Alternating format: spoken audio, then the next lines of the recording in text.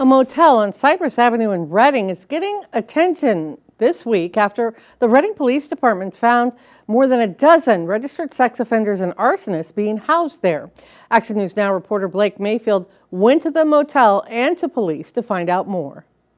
Recently, Reading Police Chief Brian Barner and his staff found out that the Guest Place Inn and Suites on Cypress Avenue is housing 18 registered sex offenders and arsonists. Those receiving housing are a part of the No Boundaries program. No Boundaries works in collaboration with the California Department of Corrections and Rehabilitation to house parolees who are getting out of custody. The Guest Place Inn and Suites motel then contracts with No Boundaries and blocks off 30 rooms specifically for those enrolled in the program. We don't know anything about their history, their medical history, nothing about the person themselves. An administrator with the Guest Place Inn and Suites, who wanted to remain anonymous, says the motel does not choose its clients who stay there. Rather, multiple community organizations, including the Shasta Community Health Center, give vouchers to people experiencing homelessness to access housing at different low-budget motels across the city. The Department of Corrections and Rehabilitation also determine who gets to stay where. You guys wouldn't know if these people are registered sex offenders by chance?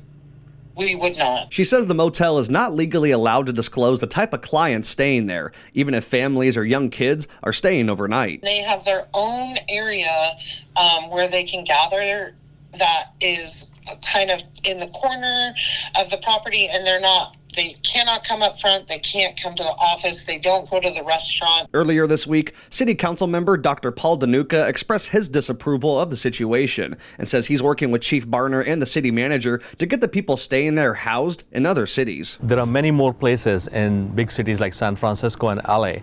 There are many more hotels that state agencies can house the parolees there. DeNuca says he's looking into passing an ordinance within the city to outlaw clientele who may be arsonists or sex offenders from staying at Reading area hotels. From my understanding, there has not been any significant coordination between the state agencies and our local law enforcement agencies. So now we have basically become a kind of a dumping ground here. Good morning, my name is Blake Mayfield. I'm a reporter at Action News Now here in Reading. I reached out via email and phone call to No Boundaries, but did not receive a response. Whatever is happening is between No Boundaries and the state agencies, not with the city. Reporting in Reading, I'm Blake Mayfield, Action News Now. Last year, the city terminated its contract with No Boundaries at the Sundial Lodge on Market Street due to what city manager Barry Tippin called paperwork discrepancies.